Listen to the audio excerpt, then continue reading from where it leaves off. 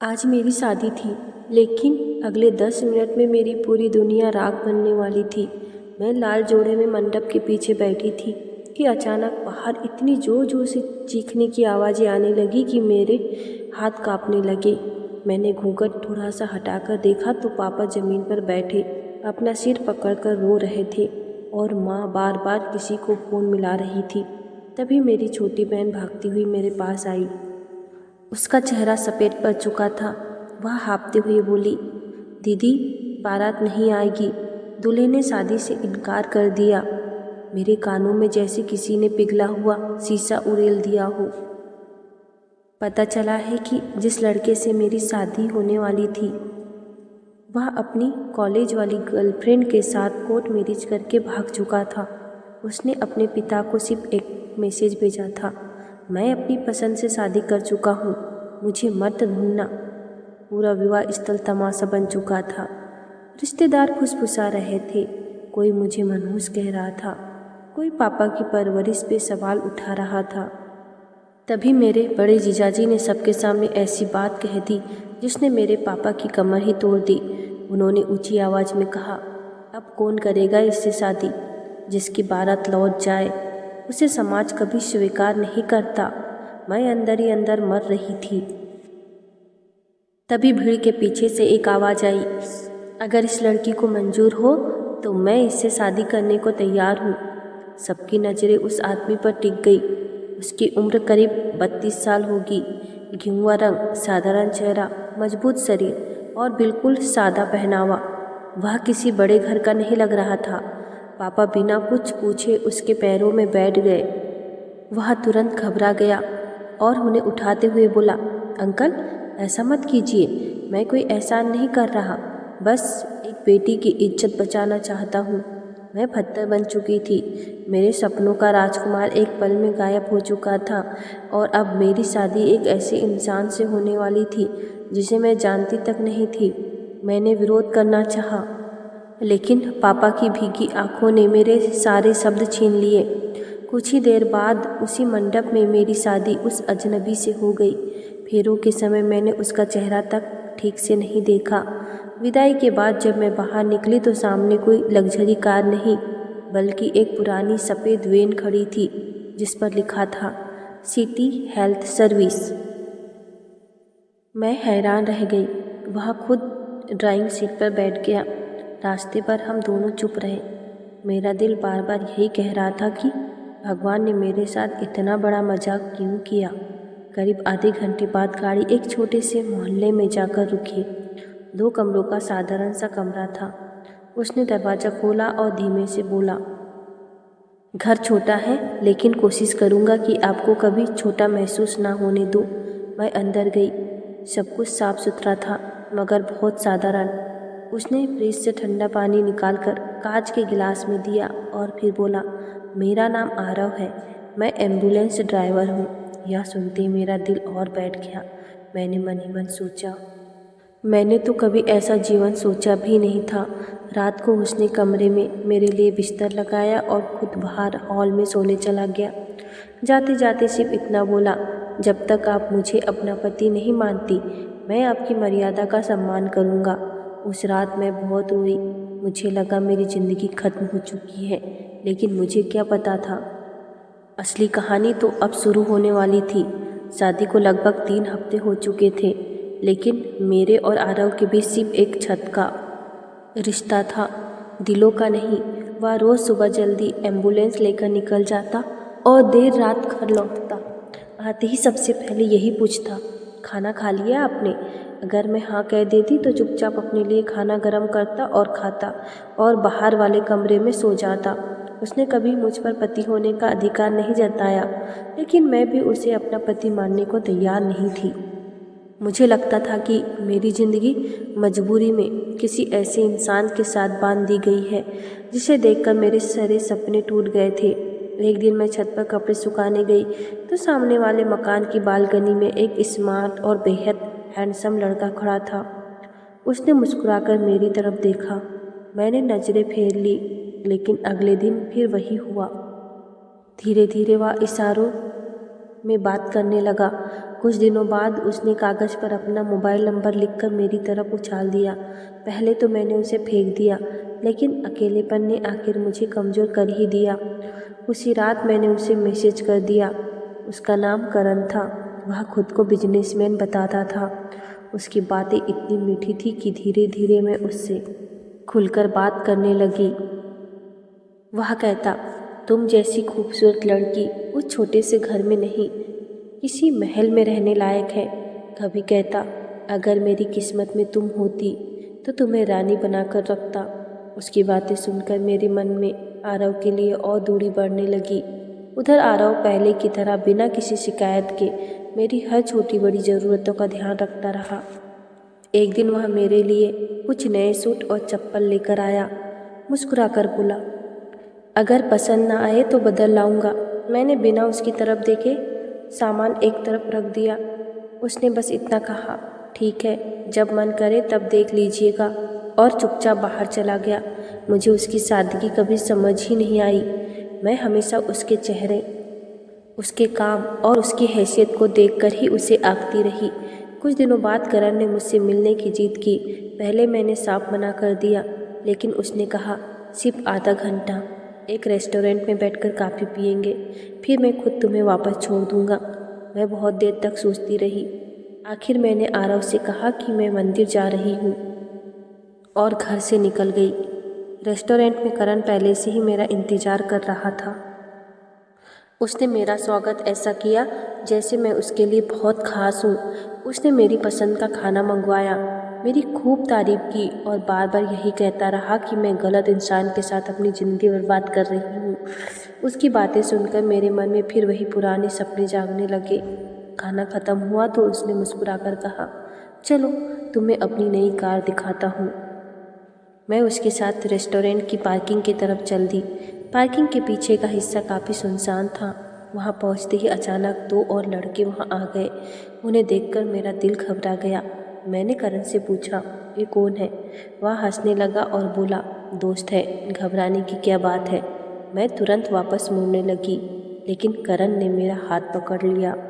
उसकी आंखों में अब वह मिठास नहीं थी जो फ़ोन पर होती थी। वह धीमे से बोला, इतनी मुश्किल से तो यहाँ तक लाया है तुम्हें, अब इतनी आसानी से कैसे जाने दूँ?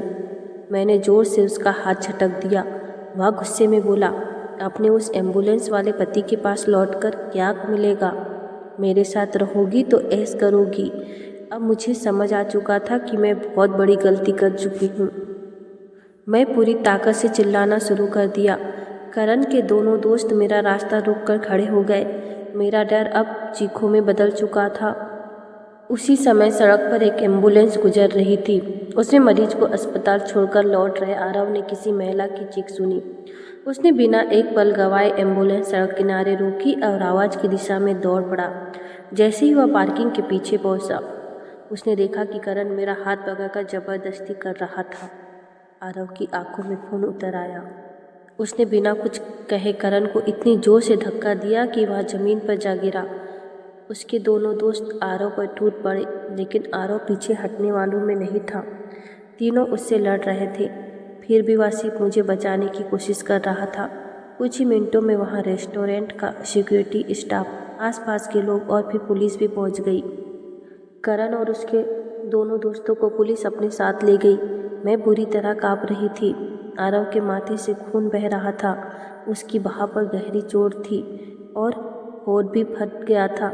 मैं रोते हुए पूछा, तुम यहाँ कैसे आ गए? आरव हल्की मुस्कान के साथ बोला, मरीज को अस्पताल छोड़कर लौट रहा था, तभी तुम्हारी आवाज़ सुनाई दी।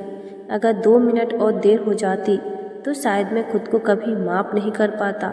उसकी यह बात सुनकर पहली बार मेरी नज़रें सम से झुक गई। जिस आदमी को मैं अपनी सबसे बड़ी मजबूरी समझती थी, आज उसी ने अपनी जान दांव पर लगाकर मेरी इज्जत बचाई थी। लेकिन मुझे अभी भी नहीं पता था कि आरव सिर्फ एक साधारण एम्बुलेंस ड्राइवर नहीं था। उसकी ज़िंदगी का एक ऐसा सच था जिसे जानने के बाद मेरी पूरी सोच हमेशा के लिए बदलने वाली थी। उस रात मेरी आंखों में नींद का नामो निशान नहीं था। बार बार वही दृश्य मेरी आंखों के सामने घूम रहा था। अगर आरव सही समय पर वहाँ नहीं पहुँचता तो शायद मेरी ज़िंदगी बर्बाद हो जाती। पहली बार मुझे अपनी सोच पर शर्म आने लगी थी। जिस इंसान को मैं उसके रंग, चेहरे और पैसे की वजह से हर दिन छोटा समझती रही, उसी ने बिना अपनी जान की परवाह किए मेरी इज्जत बचा ली। सुबह जब मेरी आँख खुली तो देखा कि आरव हमेशा की तरह तैयार होकर ड्यूटी पर जाने की तैयारी कर रहा था। उसके हाथ पर पट्टी बंधी हुई थी, कोट फटा हुआ था और चलते समय भी उसे दर्द हो रहा था। मैंने पहली बार उसे रोकते हुए कहा, आज मत जाइए, आपकी तबीयत ठीक नहीं है। वह हल्का सा मुस्कुराया और बोला, अगर मैं नहीं जाऊंगा तो किसी मरीज तक एम्बुलेंस समय पर नहीं पहुंचेगी। मेरी तकलीफ से ज़्यादा ज़रूरी किसी की जान है। इतना कहकर वह चला गया और मैं देर तक दरवाजे पर खड़ी उसे जाती हुई देखती रही। दोपहर में घर की सफाई करते हुए मेरी नज़र अलमारी के ऊपर रखी एक पुरानी फाइल पर पड़ी। मैंने यूं ही उसे खोलकर देखा तो अंदर कई सम्मान पत्र, प्रशस्ति पत्र और अखबार की कतरनें रखी थी। एक खबर पढ़कर मेरे हाथ कांपने लगे। उसमें लिखा था कि आरव ने अपनी जान जोखिम में डालकर सड़क हादसे में घायल 5 लोगों की जान बचाई थी। दूसरी खबर में लिखा था कि उसने समय पर गंभीर मरीजों को अस्पताल पहुंचाकर कई परिवारों के घर उजड़ने से बचा लिए थे। मैं एक एक कागज़ पलटती जा रही थी कि तभी एक पुरानी तस्वीर नीचे गिर गई। तस्वीर में आरव अपने माता पिता के साथ मुस्कुरा रहा था। मैंने तस्वीर उठाई तो पीछे उसकी लिखावट थी, पापा, उस दिन अगर समय पर एम्बुलेंस मिल जाती तो शायद आप आज हमारे साथ होते। मैं किसी और बेटे को यह दर्द कभी नहीं झेलने दूंगा। यह पढ़ते ही मेरी आंखों से आंसू बहने लगे। पहली बार मुझे एहसास हुआ कि वह एम्बुलेंस सिर्फ नौकरी के लिए नहीं चला था, बल्कि किसी अधूरे वादे को निभा रहा है। शाम को जब आरव घर लौटा तो मैंने देर तक उसे देखती रही। उसने हमेशा की तरह मुस्कुराकर पूछा, आज खाना बना लिया आपने? मैंने उसकी बात का जवाब देने की बजाय धीरे से पूछा, क्या यह सच है? आपके पापा की मौत इसलिए हुई थी क्योंकि उन्हें समय पर एम्बुलेंस नहीं मिली थी? मेरे सवाल पर वह कुछ पल बिल्कुल चुप हो गया, फिर कुर्सी पर बैठते हुए बोला, हाँ, मैं उस समय सिर्फ 17 साल का था। पापा को अचानक हार्ट अटैक आया था। हम बार बार एम्बुलेंस का इंतज़ार करते रहे, लेकिन वह समय पर नहीं पहुंची। अस्पताल ले जाते मैंने अपने पिता को अपनी आंखों के सामने दम तोड़ते देखा। उस दिन मैंने खुद से वादा किया था कि जब तक साथ चलेगी मैं किसी और परिवार को यह दर्द नहीं झेलने दूंगा। अच्छी नौकरी के कई मौके मिले, ज़्यादा तनख्वाह भी मिल सकती थी, लेकिन मैंने एम्बुलेंस चलाना नहीं छोड़ा। अगर मेरी वजह से एक भी इंसान की जान बच जाती है तो मुझे लगता है जैसे मैंने अपने पिता से किया हुआ वादा निभा दिया। उसकी बातें सुनकर मेरा सिर शर्म से झुक गया। मैं फूट फूट कर रोने लगी। मैंने कांपते हुए कहा, मुझे माफ़ कर दीजिए आरव, मैंने आपको कभी समझने की कोशिश ही नहीं की। मैं हमेशा आपके चेहरे, आपके रंग और आपके काम को देखकर आपको आंकती रही। मुझे लगता था कि मेरी किस्मत खराब है, जबकि बदकिस्मत तो मैं अपनी सोच की वजह से थी। आरव मेरे पास आया और बोला, बीती बातों को भूल जाइए। रिश्ते शिकायतों से नहीं, भरोसे से आगे बढ़ते हैं। अगर आज आपकी सोच बदल गई है तो मेरे लिए यही सबसे बड़ी खुशी है। मैंने रोते हुए उसका हाथ पकड़ लिया और कहा, अगर आज भी आप मुझसे अपनाना चाहते हैं तो मैं पूरे दिल से आपकी पत्नी बनना चाहती हूँ। उसने बिना कुछ कहे मेरे आंसू पोंछ दिए। उस पल पहली बार मुझे उसका सांवला चेहरा दुनिया की सबसे खूबसूरत चेहरे से भी ज़्यादा सुंदर लगा। समय बीतता गया और हमारी ज़िंदगी पूरी तरह बदल गई। अब मैं हर सुबह उसके लिए टिफ़िन तैयार करती, उसके लौटने का इंतज़ार करती और उसके साथ छोटी छोटी खुशियों में मुस्कुराना सीख चुकी थी। एक दिन बाजार में अचानक मेरी मुलाकात उसी लड़के से हो गई जिसने शादी वाले दिन मुझे छोड़ दिया था। उसका चेहरा बुझा हुआ था। उसने नजरें झुकाकर कहा, मुझसे बहुत बड़ी गलती हो गई थी, अगर हो सके तो मुझे माफ़ कर देना। मैंने शांत होकर उसकी तरफ देखा और मुस्कुराते हुए कहा, तुमने मुझे नहीं खोया, तुमने अपनी किस्मत खो दी, क्योंकि जिस इंसान को तुमने ठुकराया था उसे भगवान ने उससे कहीं बेहतर इंसान का साथ दे दिया। इतना कहकर मैं वहाँ से चली आई। बाहर आरव मेरी राह देख रहा था। उसने हमेशा की तरह मुस्कुराकर मेरे लिए गाड़ी का दरवाज़ा खोला। इस बार मैंने बिना किसी झिझक के उसका हाथ थाम लिया। आज मुझे समझ आ चुका कि असली खूबसूरती चेहरे में नहीं, इंसान के चरित्र में होती है। रंग, रूप और दौलत समय के साथ बदल जाते हैं, लेकिन सम्मान, विश्वास और सच्चा प्यार पूरी ज़िंदगी साथ निभाते हैं। उस दिन मैंने मन ही मन भगवान का शुक्रिया अदा किया कि जिस रिश्ते को मैंने अपनी सबसे बड़ी बदकिस्मती समझा था, वही मेरी ज़िंदगी का सबसे खूबसूरत फैसला बन गया। दोस्तों, अगर आप मेरी जगह होते तो क्या सिर्फ किसी के रंग, चेहरे या पैसे को देखकर उसके बारे में फैसला करते? अपनी राय कमेंट में ज़रूर बताइए।